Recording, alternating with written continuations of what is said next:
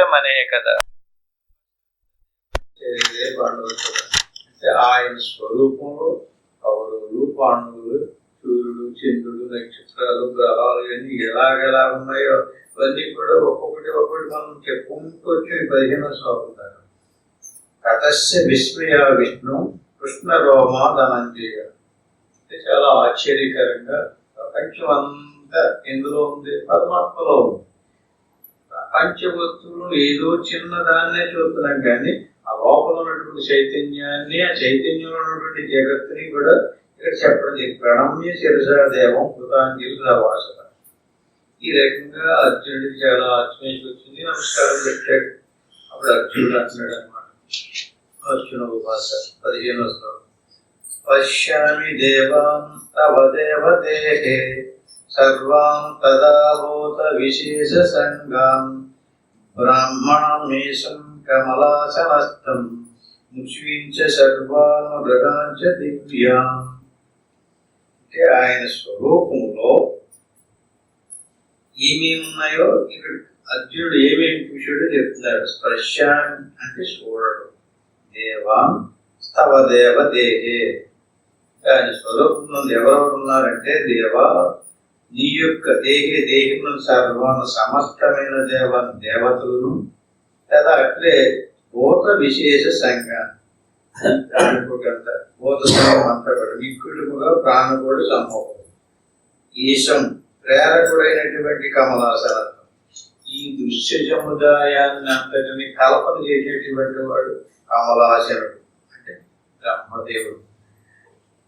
కమలపీఠం పైన ఉన్నటువంటి బ్రహ్మణం సర్వం సమస్తమైనటువంటి ఋషులను దివ్యాన్ దివ్యములైనటువంటి ఉరగాన్ అంటే సర్పములను పశ్యమి చూస్తున్నాను.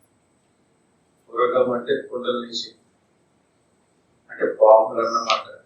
ఏకముందు సర్వదేవతలను ప్రాణికొట్ల సర్వములను సృష్టికర్త యొక్క బ్రహ్మను ఋషులను దివ్యములకు సర్పములను నేను సూచిస్తున్నాను. ఆత్మలో ఏమేమున్నాయో ప్రత్యేగాత్మీయందు మనోబుద్ధి అహంకార చిత్త చిదాభాసులు ఉన్నట్టు ఒకసారి ప్రత్యేగాత్మ బ్రహ్మమే మనలో ప్రత్యేగాత్మ, ఈశ్వరుడు పరమ. ఒకే బ్రహ్మమునకు ప్రత్యేగాత్మ పరమాత్మలుగా పేరు రావడానికి గల కారణం మాయాచ్యం అంటే వ్యష్టి సమిష్టి. ఇప్పుడు మన స్వరూపం ఉంది కదండి, వ్యష్టి. మొత్తం అందరి యొక్క స్వరూపం సమిష్టి, అందరి యొక్క సమూహాన్ని సమిష్టి.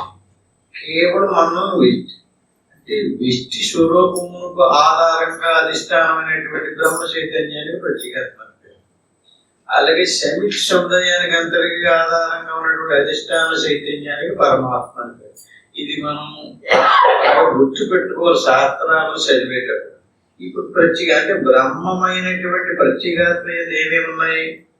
మనసు, బుద్ధి, చిత్తము, అహంకారము, చిదాభాసులు అన్నీ ఉన్నాయి. అంటే మన స్వరూపమైన ఏమేముంది? మన మనసు తెలుస్తుంది, నీకు ఏమనుకుంటుందో కూడా తెలుస్తుంది కదా. ఎందులో ఉన్నది? మన స్వరూపంలో ఉంది. మరి బుద్ధి అది మన స్వరూపంలో ఉన్నది, అహంకారం అది కూడా మన స్వరూపంలో. అది తెలుగు మనసులో తెలుగు ఉంది కదా, అది ఎందులో ఉంది? అది ఇవన్నీ కూడా మన స్వరూపంలోనే ఉన్నాయి. ఇది వ్యష్టి ఇక్కడ సముదాయం. అలాగే పరమాత్మ యందు బ్రహ్మ, విష్ణు, రుద్ర, పరబ్రహ్మములు. పరమాత్మలో ఏమున్నాయి? బ్రహ్మదేవుడు ఉన్నాడు, విష్ణుమూర్తి ఉన్నాడు, రుద్రుడు ఉన్నాడు, పరబ్రహ్మం కూడా ఉన్నారు. ఎందులోని? ఇక్కడ ఏమర్థమవుతుంది మనకి? ప్రత్యేగాత్మ స్వరూపమైనటువంటి మన స్వరూపం వేరు, మనం స్వరూపమునందు ఉన్నటువంటి మానవ బుద్ధులు వేరు. అట్టి మాదిరిగానే పరమాత్మ వేరు, పరమాత్మ యందు ఉన్నటువంటి బ్రహ్మ విష్ణు మహేశ్వరులు వేరు. అంటే పరమాత్మ ఆధారంగా చేసుకుని పరమాత్మ యందు ఈ సమస్త సృష్టిని ఒక ఆయన పోషిస్తుంటే ఇంకొక ఆయన దాన్ని, ఒక ఆయన సృష్టిస్తుంటే ఒక ఆయన పోషిస్తుంటే ఇంకొక ఆయన లయం చేస్తుంది. వీళ్ళనే మనకు పురాణాలు దేవుళ్ళుగా చూపించారు. ఎందుకని? ఈ జగత్తి కారకులవడంలో వీళ్ళే కదా ఎలా సృష్టించారు, పోషించారు, లయం చేశారు. కానీ ఎవరు లేకపోతే వీళ్ళకి ఏమీ చేయలేరు. పరమాత్మ లేకుండా వీళ్ళు ఏమి సృష్టి చేయలేరు. అలాగే మన స్వరూపం లేకుండా మన మనసు ఏది సంకల్పించు.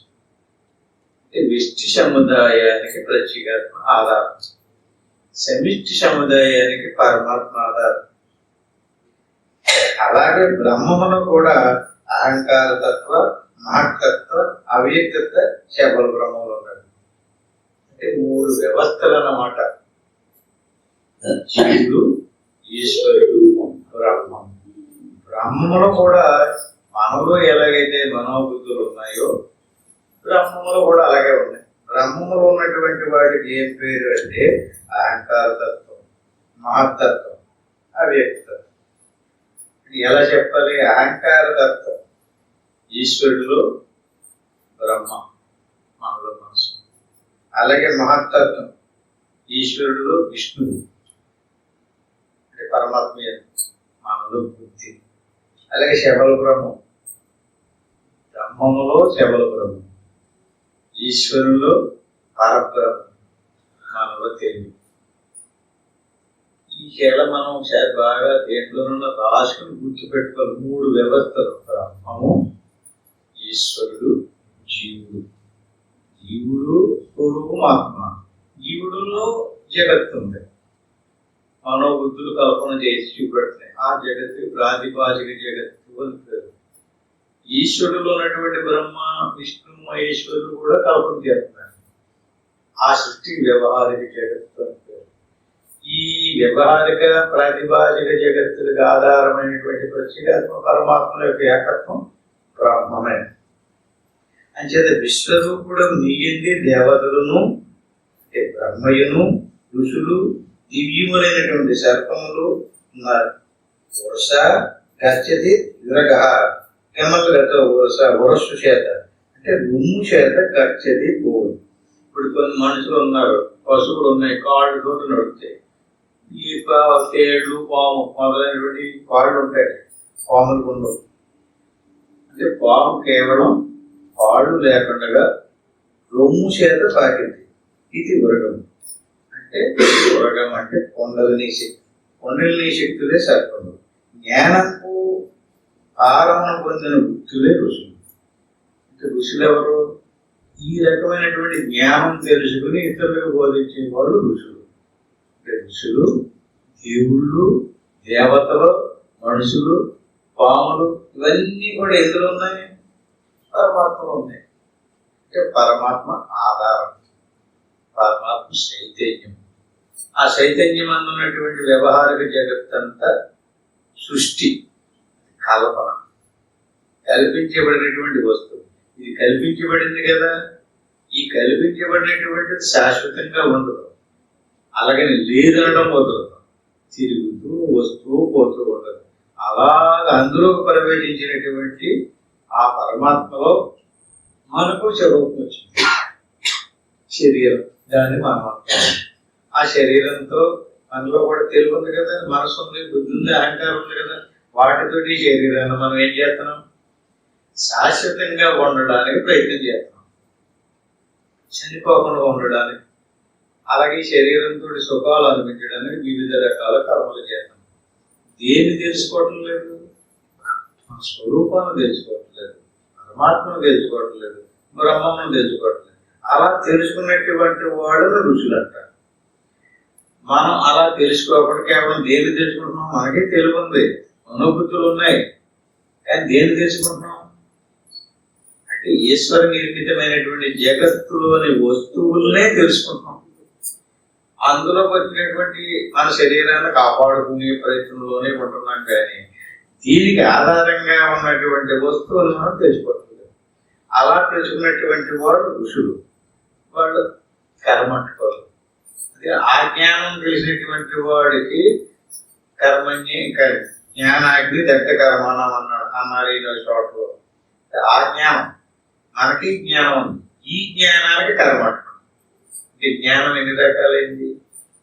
దేహ సంబంధమైనటువంటి జ్ఞానం. ఈ దేహానికి శరీరం ఎలా ఉంది? స్త్రీ శరీరమా, పురుష శరీరమా, బలంగా ఉందా, బలహీనంగా ఉందా? దేన్ని తెలుసుకుంటున్నాం? శరీరాన్ని తెలుసుకుంటున్నాం. ఆ శరీరం ఎంత తెలివితేటలు కలిగి ఉంది, ధనం ఎంత సంపాదించింది, చదువు ఎంత ఉంది, ఇలాగే దానికి సంబంధించి నాలెడ్జ్ ఎంత ఉంది కదా, అదంతా దాన్ని అనుసరించి చేసేటటువంటి కర్మలు, ఆ కర్మల ఫలితాలు వాటిని మనం అనుభవిస్తూ ఉంటుంది. ఈ తెలివిని మనం తిప్పాలి, లోపలికి తిప్పాలి. తెలివిని తిప్పి లోపల ఉన్నటువంటి మన స్వస్వరూపాన్ని తెలుసుకుంటే కర్మబంధి లయమవుతుంది. అప్పుడు జనన మరణాలు ఆగిపోయి మోక్షం పొందుతాడు. ఆ రకంగా ఈ తెలివినే ఇదేమికి తిప్పి ఈ శరీరాలను తెలుసుకుంటూ కర్మలు చేస్తూ ఉన్నటువంటి వాడు కోటాను కోట్ల యుగాలు గడిచినప్పటికీ కూడా, వేలాది కోట్ల జన్మలు ఎత్తినప్పటికీ కూడా మోక్షం రాదు. అలా వస్తూ పోతూ ఆ చేసినటువంటి కర్మ ఫలాలని అనిపించుతూ ఉంటాడు. ఈ రకంగా జ్ఞానం తెలుసుకోవాలి. ఈ రకంగా పరమాత్మ స్వరూపంలో ఎన్ని ఉపాధులు ఉన్నాయో, ఎన్ని శరీరాలు ఉన్నాయో, అన్ని శరీరాదులకి కూడా ఏమో ఉన్నాయి, కళ్ళు ఉన్నాయి, కాళ్ళు ఉన్నాయి, శరీరాలు ఉన్నాయి కదా. ఎన్ని శరీరాలు ఎన్ని ఉన్నాయి, అంతకంటే ఎక్కువ కాళ్ళు చేతులు ఉన్నాయి కదా. అనేక బాహోదర వక్ర నేత్రం అంటే అనేక కడుపులు. ఎన్ని కడుపులు అయింది? ఆ కడుపులన్నీ ఆయనలో ఉన్నాయే. అనేక బాహోదర అంటే ఉదరం అంటే కడుపు, అలాగే బాహువులు అంటే చేతులు, నేత్రములు, పశ్యామిత్రం సర్వతో అనంతలోకం. ఎన్ని వెయ్యో లక్ష ఉంటాయా? ఎన్ని కోటి ఉంటాయి కొని అనంతలోకం. ఎన్ని రూపాలు ఆయన స్వరూపంలో, ఎన్ని రూపాలు? విశ్వరూప జనదర్శనం ఫోటో ఉంటుంది, చూసారు ఎప్పుడన్నా మీరు? గాడిద ముఖాలు, గుర్ర ముఖాలు, రాక్షస ముఖాలు, దేవతా ముఖాలు, ఎన్నో రకాల ముఖాలు ఎన్ని నీయగలరు? ఏదో కొంచెం ఏదో వేసారు ఫోటో. ఇక్కడ ఏం చెప్తారు? అనంతం. ఎన్ని రూపాలు? లెక్కలేరన్ని రూపాలు. అనంతం నమజ్యం నా పునస్తవాది. చూడండి, ఈ నామరూపాలతో కూడుకున్నటువంటి ఆ పరమాత్మ స్వరూపమునందు కల్పించబడినటువంటి జగత్ ఏదైతే ఉందో, ఈ నామరూపాలతో కూడుకున్నటువంటిది ఇది ఎక్కడికి అవుతుంది? అంతం. ఎక్కడ? దాని పునస్తవాది. ఎక్కడి నుంచి మొదలైంది సృష్టి? ఇది మొదలెక్కడ? చిగురెక్కడ? ఆది లేదు, అంతరము లేదు. పశ్యామి విశ్వేశ్వర విశ్వరూపం. ఏ రూపం అండి? విశ్వరూపం అంటే ప్రపంచమే రూపం, ప్రపంచ రూపం, విశ్వరూపం. ఈ విశ్వరూపం అంతా ఎందులో ఉంది? పరమాత్మలో. మనం దేన్ని వదిలేసాం? పరమాత్మను వదిలేసాం. పరమాత్మలో ఉన్నటువంటి విశ్వాన్ని చూస్తున్నాం. రూపం అంటే ఆకారం, అనేక రకాలు, అనేక బాహు వక్ర నేత్రం, పశ్యామిత్రం సర్వతో అనంత రూపం. అంతం నా మధ్యం నా పునర్తవారు. అంటే మొదలు లేదు, మధ్య తెలియటం లేదు, అంతము తెలియదు. ప్రపంచాన్ని అలా ఒకసారి పరిశీలించి చూడండి. దీనికి మొదలెక్కడ, మధ్యం ఎక్కడ, అంతం ఎక్కడ? ఇలా ఆది నుంచి సాగుతూనే ఉంది. వెళ్ళి కూడా వెళ్తున్నారు, వచ్చి కూడా వెళ్తున్నారు, వెళ్ళి కూడా వెళ్తున్నారు, వచ్చి కూడా వెళ్తున్నారు. ఎక్కడ ఆగడం లేదు. ఇంకా ఇలా ఒకేసారి అందరూ పోవడం లేదు, ఒకేసారి అందరూ రావడం లేదు. ఇది ఎప్పుడు అలా ప్రవాహ రూపంలో సాగుతూనే ఉంది. దీనికి అది అంతం లేదు, మధ్య కూడా తెలియటం లేదు. ఈ ప్రపంచాన్ని, ఈ విశ్వరూపాన్ని ఈ రకంగా బాహ్యతే అనేన పురుషో ఉపాదానాయ ప్రయత్నం కరోతి. ఇది బాహువు. బాహువులు అన్నాడు కదండి. బాహువులు అంటే ఏంటి? అనేన దీని చేత పురుష జీవుడు వస్తువును ఉపాదానాయ గ్రహించుటకు ప్రయత్నం కరోతి. ఇది బాహువు. అంటే బాహువు అంటే చెయ్యి అన్నాం కదండి. చేతులు దేనికి ఉపయోగిస్తామండి మనం? అది కూడా ఉత్పత్తి చెప్తున్నారు. బాహువులను దేనికి ఉపయోగిస్తాం? బాహుతే అనేన పురుషో ఉపాదానాయ ప్రయత్నం కరోతి. ఇది బాహు. ఎవరికి చేతులని వాళ్ళు ఆ చేతులటువంటి వస్తువులను సేకరించుకోవడానికి ప్రయత్నం చేస్తుంటారు. అంటే కర్మలు చేస్తాం. ఏదైనా పట్టుకోవాలని ఇంతే పుచ్చుకుంటాం, లేదా ఇతరులకు ఇస్తాం కదా. ఈ రకంగా చేతులకి ఇచ్చుకుంటాం. జీవుడు వస్తువును గ్రహించుటకు ప్రయత్నం దేనితోటి చేస్తున్నాడో దానికి బాహువులని పేరు. ఉదయత్తి గర్భో అస్మాదితి ఉదరం ఒకటో అస్మాత్ దీని వల్ల గర్భం ఉదయతి ప్రకాశం ఇది ఉదరం. కడుపు ఉందండి, ఉదరం. దీంట్లో మనం అనేక రకాలైనటువంటి పదార్థాలన్నీ తయారు చేసుకుని ఉదరంలోకి పంపిస్తాం. ఆ లోపల ఉన్నటువంటి ప్రాణశక్తి దాన్ని అంతటిని జీర్ణం చేస్తాం. ఇంకొకటి విచిత్రం ఏంటంటే అండి, ఆ ఉదరంలోని శిశువు కూడా తయారు, బీజం తయారు. అలా పురుషుడిలో ఉదయంలో తయారైనటువంటి బీజం స్త్రీ గర్భంలో ప్రవేశించి శిశువులుగా సృష్టి ఎక్కడి నుంచి అవుతుంది? మన ఉదరంలో నుంచి సృష్టి సాగుతూ ఉంది. ఉదయత్తి గర్భో అస్మాదీతి ఉదరం. అస్మాత్ దీని వల్ల గర్భం ఉదయత్తి ప్రకాశం సృష్టి జరుగుతుంది. ప్రపంచానికి అందరికీ ఎక్కడి నుంచి ఇలా గాల్లోంచి రావటం లేదు, ఉదరంలో నుంచి వస్తుంది. సృష్టి అందరికీ మూల కారణం ఉదరమే. అంటే ఇన్ని రకాల జీవరాశులు వచ్చినాయి కదా, అన్ని రకాల జీవరాశులు రావడానికి ఎన్ని ఉదరాలు ఉన్నాయి? అనేక ఉదరాలు, అనేక కడుపులు, అనేక చేతులు, అనేక భుజములను, కడుపులను, ముఖములను, నేత్రములు గల విశ్వరూపమును చూడుము. నేను సర్వయాకుడు కనుక సర్వజీవరాశుల అవయవం అన్నీ కూడా నావే. లెక్కలేనన్ని ఆకారములన్నీ నావే. నాకు మొదలు కానీ తుది కానీ మధ్య కానీ లేదు.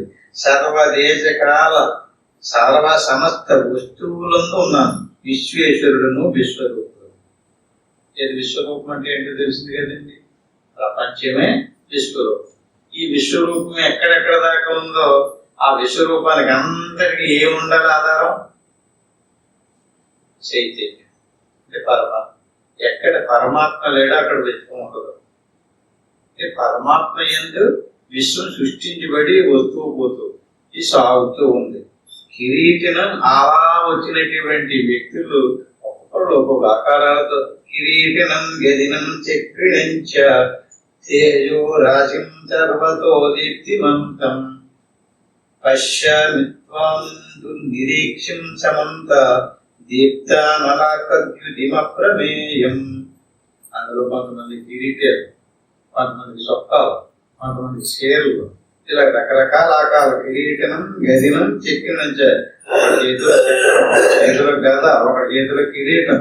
తేజో రాజ్యం సర్వతో దీప్తిమంతం.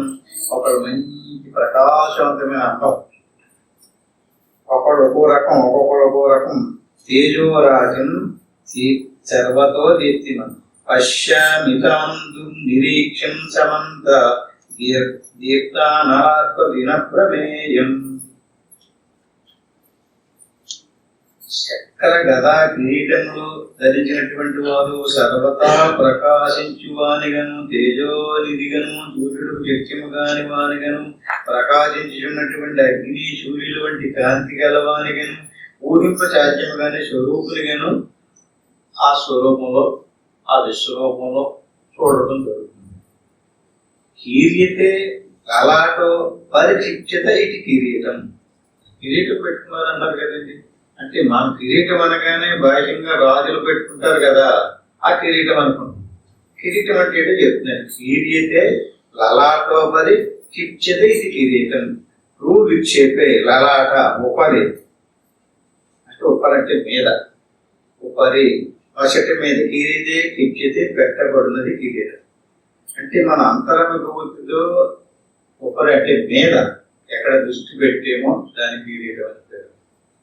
ఈ భాష్యంగా పెట్టినటువంటి కిరీటం కాదు. గదంతి అనేది గదా గద వక్తాయాం రాశి. కిరీటం అంటే ఏంటి చెప్పండి? నిఘా, దృష్టి. మనం ఎక్కడ గురుమధ్యమందునో నాసికాగ్రమందునో లేకపోతే శ్వాస మీదనో లేకపోతే ఆత్మ మీదనో దృష్టి పెట్టామనుకోండి, మన అందరికీ ఒక కిరీటం పెట్టుకున్నాం. అలా ఎవడైతే ఆ దృష్టి లేదో వాడి కిరీటాలు లేవు. కిరీటాలు ఎవరు పెడతారండి? అందరూ కిరీటాలు పెట్టేసుకుంటారు, ఎవరు పెట్టుకుంటారు? ఏదైనా ఒక రాజ్యానికి అధిపతిగా ఉన్నటువంటి వాడికే కిరీటం పెడతారు. అంటే మీకు ఉపదేశం పొంది అంతర్ముఖ బుద్ధి గెలుకుందంటే మీకు కిరీటం పెట్టుకుంటే మీరు రాజు అయ్యాడు అనమాట. అంటే కిరీటం లభించింది. కిరీటం లభించినటువంటి వాడు మన పురాణాల్లో ఒక్కొక్కటి ఒక కిరీటం ఒక గద ఉంటుంది కదా. ఇప్పుడు గద ఏంటండి? ఆ రకంగా మీరు కిరీటం పెట్టుకున్నారండి, లభించింది కిరీటం, ఎవరో ఇచ్చారు మీకు కిరీటం పెట్టుకున్నారు, రోజు ఆ కిరీటాన్ని చూసుకుంటున్నారు, బాగానే ఉంది. అలాంటి వాడికి గద, గద భక్తాయాం వాసి గదంతి అంటే, గద అంటే ఏంటంటే సుష్టముగా, వంకర లేకుండా, తడబాటు లేకుండా స్పష్టంగా పలికేటటువంటి యథార్థ వాక్కుకి గద అని పేరు. కదచ్చి కొట్టాడు అనుకోండి, దెబ్బకి ఏ భీముడు గదచ్చి కొడితే ఎలా పడిపోతారో అట్టి మరి దేనితో కొట్టాలి? వాక్కుతోటి. వాక్కుకి ఏం పేరు? గద. గద వక్తాయాం వాసి, అమరం. వక్తాయాం అంటే పలుకుట. ఇప్పుడు మనం వాక్కు భగవంతుడు ఇచ్చాడండి, ఇచ్చిన వాక్కుని పారమార్థికంగా ఉపయోగించుకుంటగా పనికి మారినటువంటి ఆ సోది, ఈ సోది, ఆ గొడవ, ఏళ్ళ గొడవ మాట్లాడుతున్నాం అనుకోండి, దేనికి ఉపయోగించినట్టు? కిరీటం కూడా పెట్టుకుంటున్నాం మనం. ఎలాంటి కిరీటం? బాహ్య సంబంధమైనటువంటి విషయాదుల మీద దృష్టి పెట్టుకుంటున్నాం, అలాగే బాహ్య సంబంధమైనటువంటి విషయాదులు పలుకుతున్నాం. అంటే మనకి భగవంతుడు ఇచ్చినటువంటి గదను కానీ, కిరీటాన్ని కానీ, కిరీటం ఎక్కడ పెట్టుకోవాలో, గదను ఎలా వాడుకోవాలో మనకు తెలియలేదు. ఇది కదా అర్థమగినట్టు దృఢముగా పలుకుట కదా. ఏదైనా చెప్పేమనుకోండి, మాకు అర్థం లేదండి, ఏదో చక్కని మార్గించే కానీ ఒక్క ముక్క కూడా తెల్లలేదు అన్నారు అనుకోండి, అంటే ఏమైనట్టు? స్పష్టంగా అర్థమయ్యేటట్టు మళ్ళీ మళ్ళీ మళ్ళీ మళ్ళీ దాన్ని మార్చి మార్చి చెప్పితే అది కదా అర్థం అవ్వాలి. అర్థం అవ్వనట్లుగా దృఢముగా పలుకుట గద. క్రియత ఇది చక్రం. ఇంకో చక్రం అంటే మనకి కిరీటం ఉంది, గద ఉంది, చక్రం కూడా ఉంది. చక్రం ఏంటండి? క్రియత ఇది చక్రం. ఇప్పుడు కరణే. క్రియత అంటే కదిలేది, నిత్యము కదులుతానే ఉంటది, తిరుగుతానే ఉంటది. విష్ణుమూర్తి ఎదురు చక్రం ఉంటది కదండి, ఈయన ఒక చక్రం చెప్తలేదు కదా.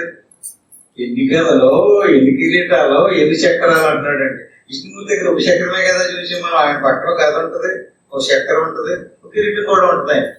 ఈయన అనేక కిరీటాలు, అనేక చక్రాలు, అనేక గద అంటున్నాడు కదండి. అనేక గదలేది ఒక్కొక్కడు మాట్లాడాడండి, అంత స్పష్టంగా మళ్ళీ మళ్ళీ వినాలనిపించేలా మాట్లాడతాడు. అలాగే ఇక చక్కగా చూసిపోతాడు లోపల. అట్టి మాదిరిగానే క్రీత ఇది చక్రం. దుఃఖుడు కరణే క్రీత చేయబడినది ఇది చక్రం. శకతీది చక్రం చకతృప్తో, శకతి తృప్తి చేయనిది ఇది చక్రం. ఇది తిరుగుతుంది, మనిషికి తృప్తి కలిగిస్తుంది. తృప్తి కలిగించడం ఏంటి? తిరగడం ఏంటండి? ఆ చక్రాన్ని ఏంటిది? అమస చక్రమే చక్రం. అమస ఉన్నది లోపల, ఇది తిరుగుతుంది. ఇప్పుడు నువ్వు చక్రాన్ని చూసుకోండి, మీరు మీ చేతిలో చక్రం ఉందండి, కానీ మీకు ఎప్పుడు చూసుకోవడం చేతనం లేదు. ఏంటో చక్రం? శ్వాస. శ్వాస శ్వాస ఏం చేస్తుంది? తిరుగుతులేదు, కదులుతులేదు. చక్రం తిరగబెట్టే మన శరీరం మార్పు చెందుతుంది. చక్రం తిరగడం వల్ల ఏమవుతుంది? చక్రం తిరుగుతుంది, తిరుగుతూనే ఉందా? తిరగడం వల్ల మనకు తృప్తి కలుగుతుంది. ఉప్పు సరిగ్గా ఆడలేదనుకుంటే నీకు ఉప్పు బిక్కరైపోయి ఏదో భయం వచ్చేస్తాం. చక్రం కదలడం వల్ల అందరికీ హాయిగా తృప్తిగా జీవిస్తున్నారు. అంచేత చక్రం వల్ల కదులుతుంది, తిరుగుతుంది, తృప్తిని కూడా కలిగిస్తుంది. తృప్తి చేయలేదు అవంశ చక్రం. అనంతి జీవంతి అనేన లోక ఇచ్చానల అన ప్రాణనే అనేన ఇతని చేత లోకములు అనంతి జీవంతి బ్రతుకుతున్నది. ఇది అన్నాడు. ఇంకొకటి కూడా ఉన్నాడు అంటే ఒకసారి లెక్క పెట్టండి. ఏమైంది? గద అయింది, కిరీటం అయింది, చక్రం అయింది.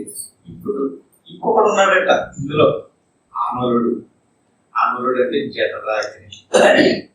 మన అన్నం తినేసి పడుకుని నిద్రపోయేమనుకోండి, పొద్దుడికి ఏమవుతుందో తెలుపులేదు. ఏమైతుంది? ఎవరున్నారు అక్కడ? మీరు నిద్రపోతే మీ దలుపు నుండి మన శరీరం తిన్నటువంటి ఆహారాన్నంతటినీ జీర్ణం చేసినటువంటి మహానుభావుడు ఎవరండి? అనలుడు. అనలుడు అంటే అగ్నిదేవుడు ఉన్నాడు లోపల. అగ్ని కాష్టాది విరవం పర్యాప్తిన్యాస్య చేస్య నల కాష్ట కట్టెలను అరిపి మొదలైన వానిచి అలం పర్యాప్తి చాలునంటే అసలు ఇతనికి నాతి లేదు. బయట అగ్ని ఉందనుకోండి, అందులో పొయ్యిలో కట్టెలు పెడుతుంటాం, పొయ్యి జండాల దాకా ఎన్ని పెట్టినా సరే ఇంక నాకు చాలా ఇక్కడి నుంచి పెట్టకయ్యే బాబాయ్ ఇంకా అని చెప్పి పొయ్యి అందం ఆ మండుతానే ఉంటుంది. అట్టి మాదిరి చిన్నప్పుడు కానీ ఒక్కొక్కడికి 50 షేడ్లు 60 షేడ్లు 70 షేడ్లు వచ్చింది కానీ పెడతానే ఉన్నారు. అందులో నాకు చాలా ఇక్కడి నుంచి పెట్టకయ్యి అంటలేదు. ఏంటి పొద్దులు పెడుతున్నాం, మధ్యాహ్నం పెడుతున్నాం, మరి సాయంత్రం పడుకోపోయేటప్పుడు పెడుతున్నాం. రోజు 3 కోట్లు పెట్టినా సరే ఇంక నాకు చాలు అన్నాడట. ఎవడాయన అలాంటి లోపల ఉన్నాడు. ఆయన పేరు ఎవరంటే ఆహారుడు. భస్మం చేసేస్తున్నాడు మనం తినేటువంటి ఆహారాన్ని అంతటి ఇది కనుక ఆహారుడు. అగ్ని అహంకార రూపాగ్ని అర్చితే చర్క అర్చ్య పూజయం అర్చితే పూజింపబడినటువంటి వాడు అర్కుడు. ఇంకొకడు ఉన్నాడు. అగ్ని అయ్యిందండి.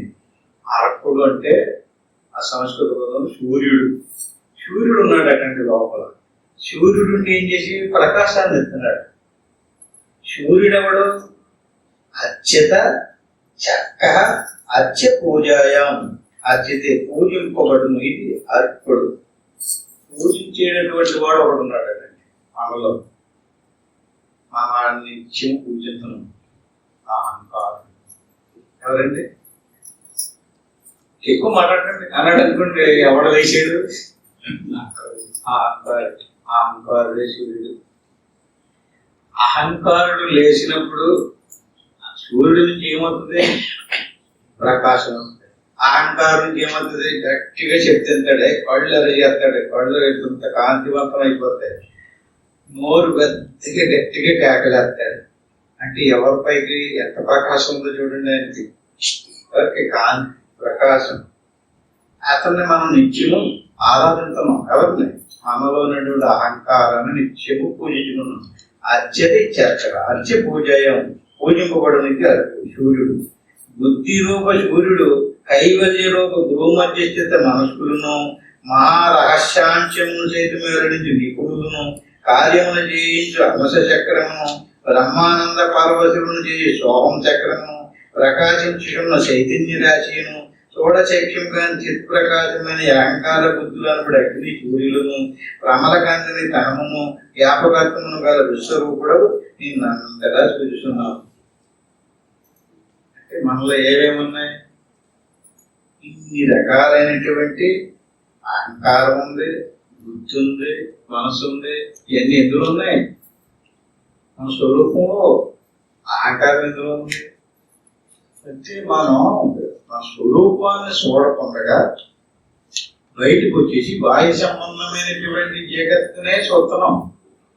ఏదో రకంగా కొంచెం కిరీటం పెట్టుకున్నాం, లేకపోతే చక్రాన్ని పట్టుకున్నాం, లోపల ఏమేమి ఇచ్చాడో వాటిని మనం ఉపయోగించుకోవడం చేతనం లేదు. అది ఉన్నట్టే మనకు తెలియదు, ఏది ఎందుకు ఉపయోగపడుతుందో కూడా తెలియదు. అట్లా మనం లోపలికి తిరిగి లోపలికి చూసుకున్నట్లయితే లోపల సూర్యుడు ఉన్నాడు, చంద్రుడు ఉన్నాడు, బుద్ధి ఉంది, అహంకారం ఉంది, అవన్నీ మన స్వరూపంలో ఉన్నాయి. వాటిని లోపలికి తిప్పాలి.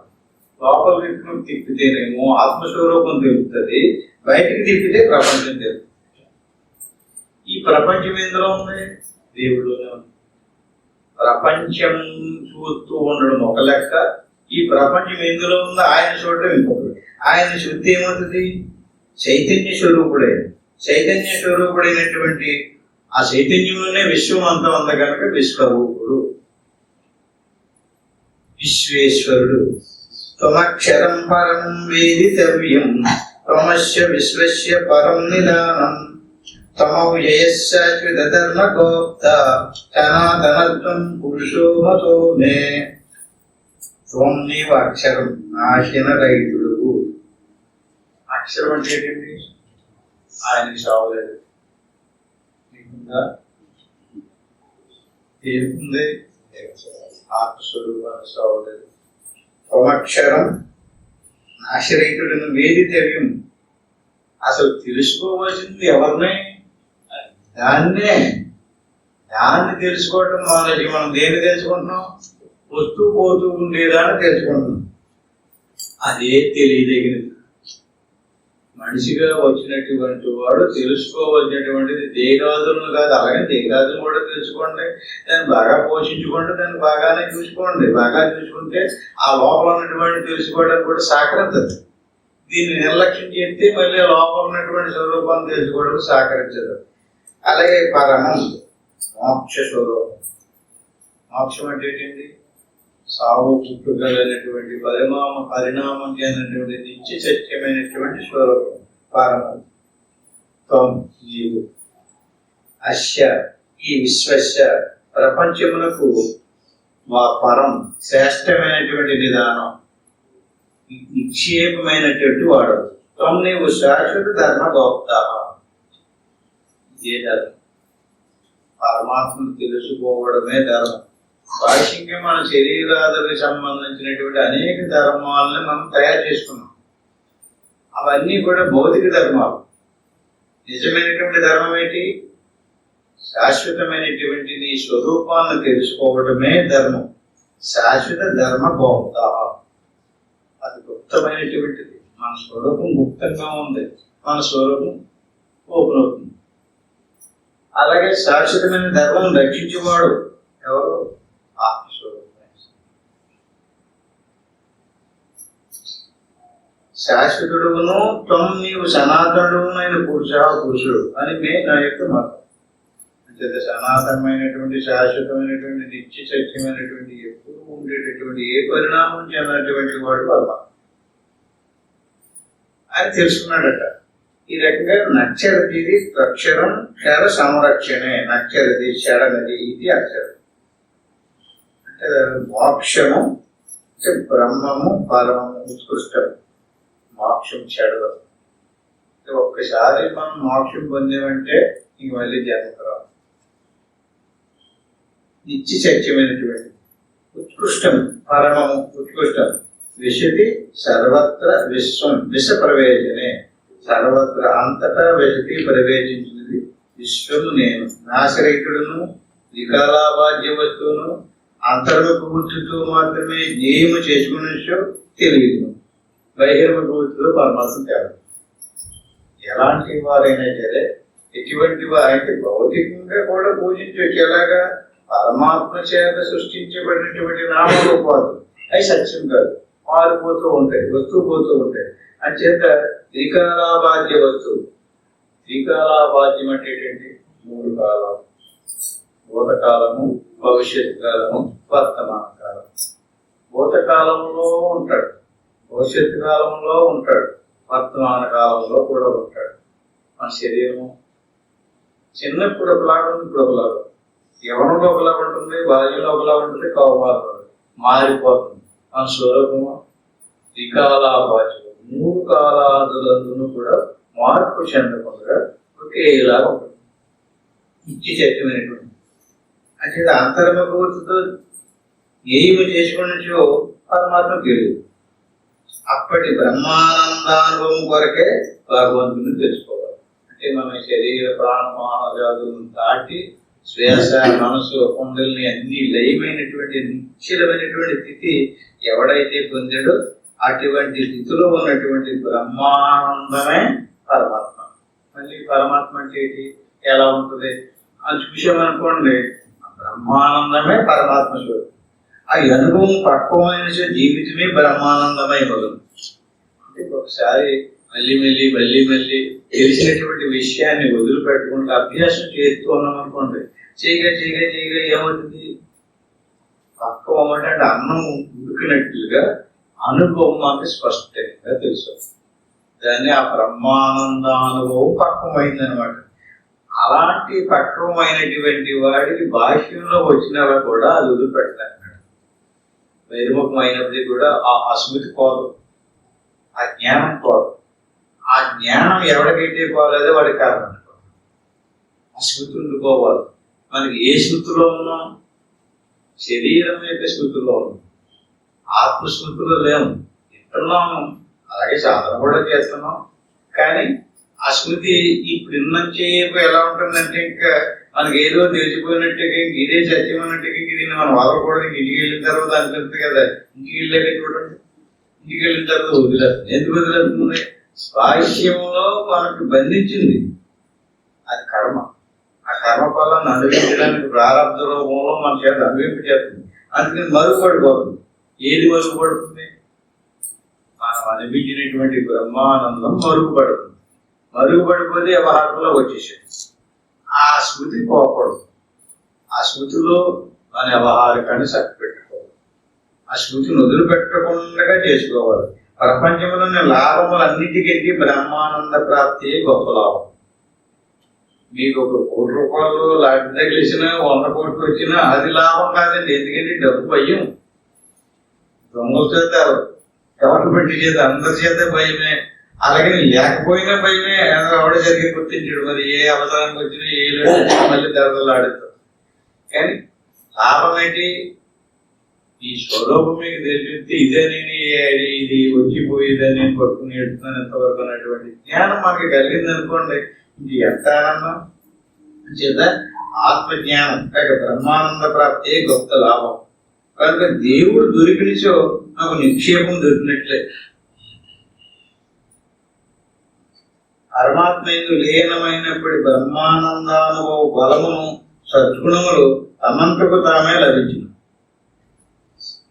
సనాతన పురుషుడును నేను ఇట్టి నా విశ్వరూపం చూసి కదా. అనాది మధ్యాంతమనంత వీర్యం అనంత బాహుం సజూర్య నేత్రం పశ్యామి త్వాం దీప్త అవకాశ వక్త్రం స్వతేజస విశ్వమిదం తమంతపంతం. త్వాం నిన్ను, అనాది మధ్యాంత ఆది మధ్యాంతరహితునుగను, అనంత వీర్యం అమిత వీర్యునిగను, అనంత బాహుం లెక్కలేని బాహువులు గలవానిగను, శశి సూర్య నేత్రం చంద్ర సూర్యులే కన్నులు గలవానిగను, దీప్త ఉతాశ వక్త్రం ప్రజ్వలించుచున్న అగ్నియే ముఖముగా గలవానిగను, స్వతేజస ఈ సంబంధమైన తేజస్సే ఇదం ఈ విశ్వం అంతా కూడా ఈ విశ్వను తపంతం తప్పించి చేయవానిగాను పశ్యామి చూస్తున్నాను. దీపం ఉందండి, దీపానికి వెలుగు ఉంటుంది కదా. దేని వల్ల వచ్చింది? ఇది స్వతేజస. అలాగే పరమాత్మ ఇంకొక దాని వల్ల ప్రకాశించాడు, దాన్ని స్వతేజసం అంటారు. ఆ తేజం ఎలాంటిది? అలాగే మన ఆత్మ ఉంది కదండి, అది ఆత్మకి ఇంకొక దాని వల్ల ప్రకాశించాడు. ఇప్పుడు మనం భాషలో ఉన్నటువంటి వస్తువును చూడాలి. వస్తువుని చూడాలంటే ఆత్మిక ప్రకాశం మనసులో తీసుకుని మనుషునిలో ప్రతిబింబించినటువంటి శిలాపాస ప్రకాశంతో మనసు కంటి ద్వారా బయటకు వస్తుంది. ఆత్మ ప్రకాశం లేకుండా బయట ఉన్నటువంటి వస్తువుని కన్ను చూడలేదు, అది ఏ వస్తువు కూడా తెలుసుకోలేదు. కంటి ద్వారా ఏమవుతుంది? ప్రకాశం అవుతుంది. అంటే వీరయుతం యోగ్యం వీర్యం. వీరయుతం విక్రమించుటకు పరాక్రమం చూపుడుకు యోగ్యం తగినది వార్యం. మన అంతర్ముఖవతితో బలంగా ఎవడైతే సాధన చేస్తున్నాడో వాడు వీర్యవంతుడు అంటారు. ఇంకెవడు కూర్చుందడిగినాడు గోడగారు చెప్తాను అనుకోండి, ఏమి లేదు ఆయనలో, బలం లేదు. అంటే శరీరానికి కూడా దారుఢ్యం ఉండాలి, బలం ఉండాలి. వీర్యం వీర్య స్వభావం వీర్యం వీర్య యొక్క స్వభావం. వీర్యస్య కర్మ. వీర్యం అంటే కర్మ అంటే పని. పని చేసేటటువంటి దృఢంగా బలంగా 1 గంట 2 గంటల సేపు కదలకుండా కూర్చున్నారనుకోండి, దాన్ని ఏమంటారు? వీర్యవంతుడు అంటారు. శోర వీరా విక్రాంతో శశతి కృతేన గచ్చతి శశ కృతగతో శశతి కృతేన గచ్చతి దాటుచూ పోవనది శశం అంటే కుందేరు.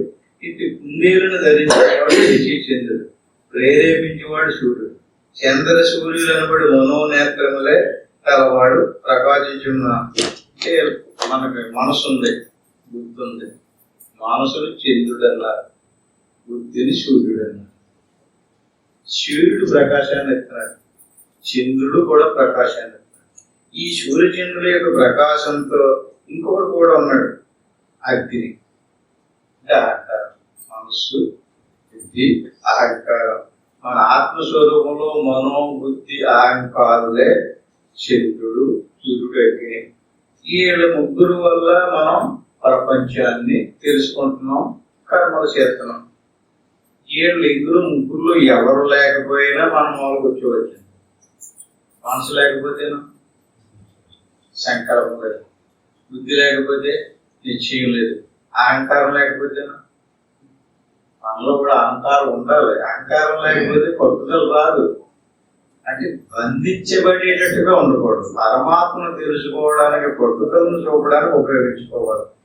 ఈ రకంగా ముగ్గురు అయ్యారు కదా. నాలుగవది చిదాభాస.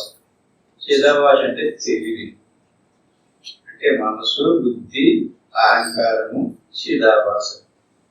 ఇప్పుడు మనం బాహ్య ప్రపంచంలోకి వచ్చాము. బాహ్య ప్రపంచాన్ని ప్రకాశింపజేసేటటువంటి వాడు ఈశ్వరుడు, సూర్యుడు కదా. స్వప్నం కదండి. సూర్యుడు లేనప్పుడు బాహ్య ప్రకాశం లేదు కదా, ప్రకాశించబడదు. సూర్యుడి యొక్క ప్రకాశం ఎలాగైతే వస్తువులు ప్రకాశిస్తున్నాయో అట్టి మాదిరిగా మనసు సంకల్పించినటువంటి దృశ్యాదుల్ని బుద్ధి ప్రకాశించాడు. మనసు ఎలా సంకల్పిస్తుంది? మీకు ఎప్పుడైనా కళ వచ్చిందా? కళలో అనేక రకాల దృశ్యాలు కనపడుతున్నాయి కదా. ఆ కళలో దృశ్యాలు ఎవరు కల్పన చేశారు? ఈశ్వరుడు సృష్టిలో బ్రహ్మదేవుడు కల్పన చేశాడు, జీవ సృష్టిలో మనసు కల్పన చేశాడు. ఇప్పుడు మనం చూసేటటువంటి వస్తువులన్నీ ఎవరు కల్పన? బ్రహ్మదేవుని యొక్క కల్పన. మన లోపల కల్పన చేసేటటువంటి వస్తువులన్నీ ఎవరు కల్పన? మనసు కల్పన. ఇక్కడ ఒక సరిగ్గా చూడండి. మనసు వస్తువును కల్పన చెయ్యాలి అంటే ఆ మనసుకి చిత్తములో దృశ్యాలు రికార్డ్ అయి ఉండాలి. అంటే చిత్తములో రికార్డ్ అయినటువంటి విషయాదులను కూర్చే మనసు సంకల్ప వికల్పాలు చేస్తారు. చిత్తంలో ఏమీ లేకపోతే పులిసి ఉద్భుతంగా ఆర్పడేయాలనుకోండి, మనసు ఏ సంకల్పం చేయలేదు. రికార్డు ఉండాలి అక్కడ. చిత్తంలో రికార్డు ఎలాగొచ్చింది? సరే, చిత్తంలో ఉన్నటువంటి దాన్ని మనసు సంకల్పించిందండి. సంకల్పించినటువంటి దాన్ని బుద్ధి ప్రకాశింపజేసింది, నిశ్చయించింది. బుద్ధి నిశ్చయించినటువంటి దాన్ని అహంకారం కంటి ద్వారా, చెవి ద్వారా, వాక్కు ద్వారా బయట ఉరికేస్తుంది. ఏది మాట్లాడకుండా కూర్చోండి అంటే మాట్లాడకుండా కూర్చోలేడండి. ఎందుకని అహంకారుడు బయటకు తన్నుకుంటూ వచ్చేస్తుంటాడు. ఎలా వస్తాడు చెప్పండి? అహంకారుడు అంటే వాక్కు ద్వారా వస్తున్నాడు, అది చెవి ద్వారా వస్తున్నాడు, అది కంటి ద్వారా వస్తున్నాడు. అంటే ఒక్కొక్క ఇంద్రియం ద్వారా వస్తాడు. ఎవరు? అహంకారుడు బాహ్యేంద్రియాల ద్వారా బయటకు వస్తున్నాడు అనమాట. బాహ్యేంద్రియాల ద్వారా బయటకు వచ్చి బాహ్య సంబంధమైనటువంటి విషయాదుల్ని తెలుసుకోవడము. ఈ మామిడి పండు ఏ రుచిలో ఉంది? తెల్లలేదు. ఏ రంగులో ఉంది? చూస్తేనే కానీ తెల్ల కదా, చూశాడు. తింటేనే కానీ రుచి తెల్ల కదా, తిన్నాడు. అంటే ఆ రకంగా చూడటం జ్ఞానం. రుచి చూడడం, రుచి దేని ద్వారా చూశాడు? నాలుగు ద్వారా. నాలుగవ కర్మేంద్రియం. రుచిని తెలుసుకునేది జ్ఞానేంద్రియం. అంటే ప్రతి ఒక్కొక్క ఇంద్రియం ద్వారా తెలుసుకోవడము, కర్మ చేయడము, కర్మేంద్రియాలు, జ్ఞానేంద్రియాలని ఉపయోగించేటటువంటి హెడ్ ఎవరండి? అహంకారం. అహంకారుడు చేత తెలుసుకున్నటువంటి దృశ్యాలు సముదాయం అంతా కూడా రికార్డ్ అవుతుంది. బాగా గమనించుకోండి. మీరు మాట్లాడినా వినినా రికార్డ్ అయిపోతుంది. ఎలాగా? నేనేం మాట్లాడితే మీరు వింటున్నారు కదా, నేనేమి వింటున్నానండి, ఆయనే మాట్లాడతాడండి అన్నారు. మీరు విన్నారా? మీ లోపల రికార్డ్ అయిపోతుంది. మీరు మాట్లాడారా రికార్డ్ అయిపోయింది. బాగా గమనించుకోండి. అందుకని మాట్లాడారా అయిపోయింది, రికార్డ్ అయిపోతుంది. మాట్లాడినా రికార్డ్ అయిపోతుంది, చూసినా రికార్డ్ అయిపోతుంది, చిన్న రికార్డ్ అయిపోతుంది కదా. ఈ రకంగా జ్ఞానేంద్రియాలు, కర్మేంద్రియాల ద్వారా 10 మోళ్ళు ఎవరికి? అహంకారుడు. నీలో ఉన్నటువంటి అహంకారుడు ఎవరండి? ఇది చూసినాడు నేనండి అంటున్నాడు కదా. ఆ నేనన్నావుడే అహంకారం. అహంకారుడు ద్వారా 10 మోళ్ళు ద్వారా సంపాదించుకుంటున్నాడు. ఒక నోరు కాదు. ఇప్పుడు మనం తిన్నామండి ఈ నోటుతోటి, తిన్నది కడుపులో పోతుంది ఒకటే నోరు. కానీ సూక్ష్మ శరీరంలోకి వెళ్ళేటటువంటి నోళ్ళు 10, సూక్ష్మ శరీరానికి 10 నోళ్ళు, స్థూల శరీరానికి పాపం ఒకటే నోరు. ఈ నోరే ప్రపంచాన్ని తినారు. అది 10 నోళ్ళు ఉన్నావు కూడా పరిస్థితి ఏంటండి? రావణాసుడికి 10 తలకాయలు. ఆయన్ని చూడండి ఎంత చరిత్రలు, ఎంత వర్ణించేది అతనికి 10 తలకాయలు ఉన్నాయంటే 10 ముఖాలు. గట్టి మాదిరిగా ఈ 10 ముఖాల ద్వారా, ఈ 10 నోళ్ళ ద్వారా ఏదేది తెలుసుకున్నామో, ఏదేది విన్నామో, ఏదేది చేసామో ఇదంతా రికార్డ్ అయిపోతుంది ఎక్కడికక్కడ. దాన్ని ఎప్పుడు చేరపడాడు, బ్రహ్మదేవుడు కూడా చేరపడాడు. అది గుర్తుపెట్టుకోండి. ఎవరి వల్ల అవ్వదండి, ఏ దేవుడు కూడా చేరపడాడు. ఎందుకని మీ లోపల దాచేసుకున్నారు. దానికి చిత్త వృత్తి అని పేరు, లేక చిత్త కోశం అంటారు.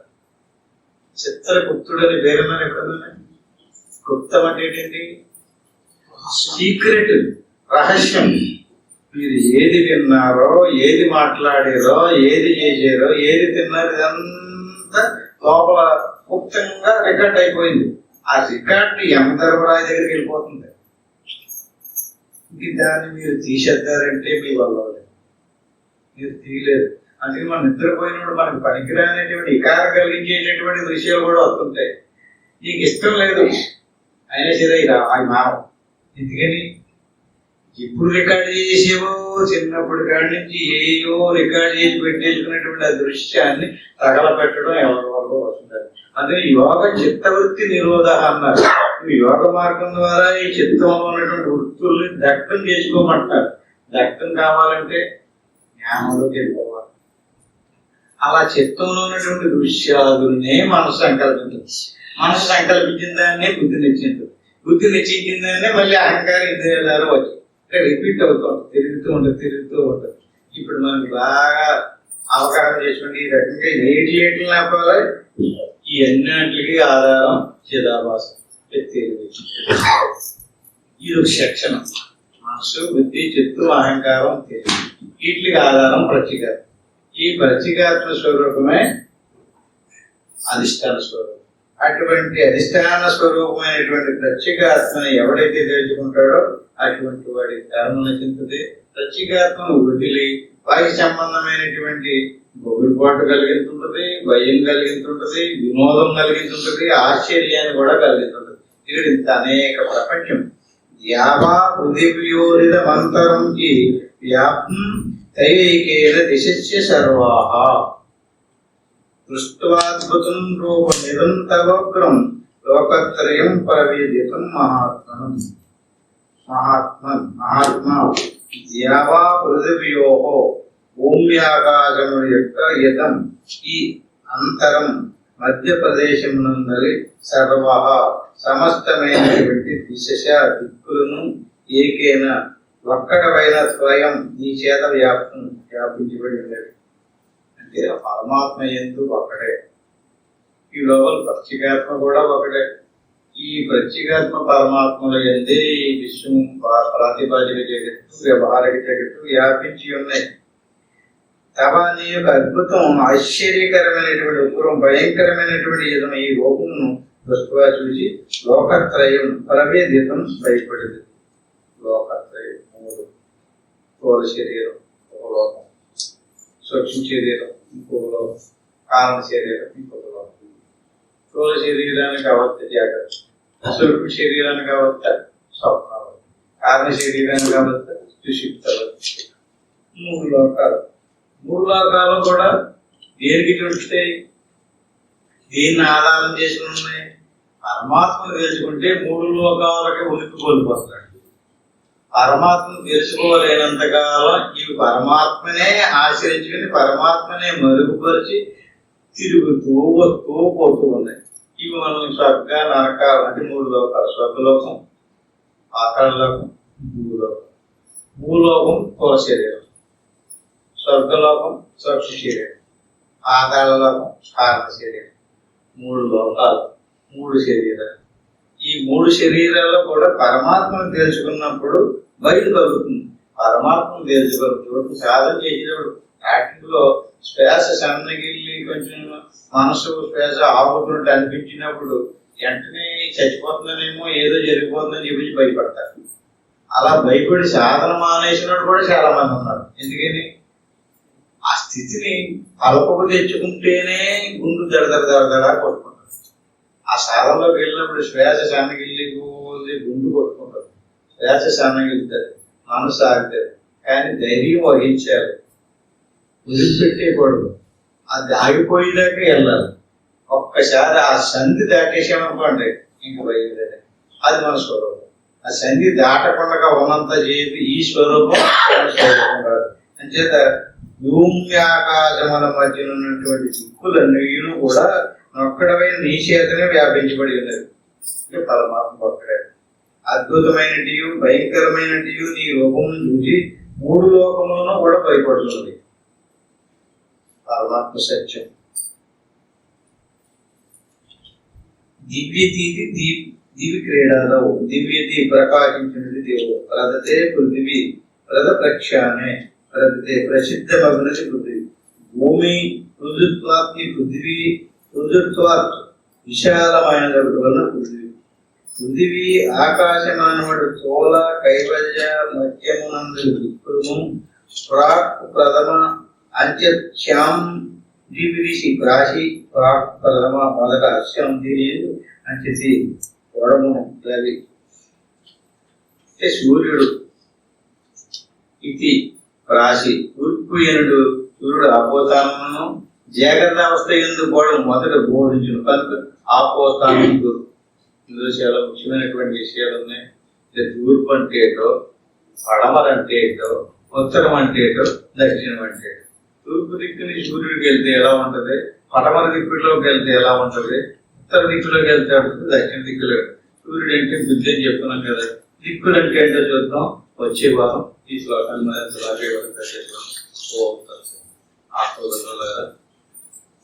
ఏ విషయాన్నైతే మనం తెలుసుకున్నాము, ఎన్ని రకాలుగా తెలుసుకున్నా స్పష్టంగా తెలుసుకునేటువంటి విషయం అయితే మన స్వరూపం ప్రత్యేకత. ఈ ప్రత్యేకత సాక్షాత్తు బ్రహ్మమే, ఇందులో సందేహం లేదు. బ్రహ్మస్వరూపము అయినటువంటి నాయందు మనసు బుద్ధి చిత్త అహంకారాలతో ఉన్నాయి. అలాగే బ్రహ్మస్వరూపమైనటువంటి పరమాత్మ యందు బ్రహ్మ విష్ణు మహేశ్వరులు ఉన్నారు. వ్యవహారిక జగత్తు బ్రహ్మదేవుని యొక్క సృష్టి, ఈ ప్రాతిభాషిక జగత్తు జీవుని యొక్క మనసు యొక్క సృష్టి. అంటే ఈ జగత్తు, ఈ సృష్టి, ఈ మనోబుద్ధులను దాటి ఎవడైతే మన స్వరూపాన్ని దర్శించి ఉన్నాడో అటువంటి వాడి కర్మ నశించి మోక్షం పొందుతాడు. ఇదే దారి, ఇది యోగ మార్గం. యోగ నేత్రం ద్వారానే దీన్ని దర్శించాడు. అది మంచి విషయాలు తెలుసుకున్నాం. ఇప్పుడు మనం ఏం చేయాలి, ఆ యోగాన్ని ఎలా చేయాలో అలా చక్కగా కూర్చుని గురువు బ్రహ్మ, గురువు విష్ణువు, గురుదేవ మహేశ్వర, గురువు సాక్షాత్తు పరబ్రహ్మ తస్మై శ్రీ గురువే. ఈ గురుమంత్రాన్ని ఒకసారి అనుకోవాలి. ఓం నమ శివాయ. దీని పంచాయతీ మంత్రం అంటారు. దీన్ని 3 సార్లు అనుకోవాలి. ఆ పని అనుకోకుండా మనసును అంతర్ముఖం చేసుకుని శ్వాస గమనిస్తూ శ్వాస మనసు దాటి దాకా అభ్యాసం చేయాలి. అంతర్ముఖం వృక్షం మన గదికి వెళ్ళిన తర్వాత ఎవరెవరికి ఎంత అవకాశం అంత ప్రయత్నం చేయండి. ఇప్పుడు మాత్రం నేను ఓకాలు చెప్పేదాకా చక్కగా కూర్చోకుంటాను. ఓం తత్సత్.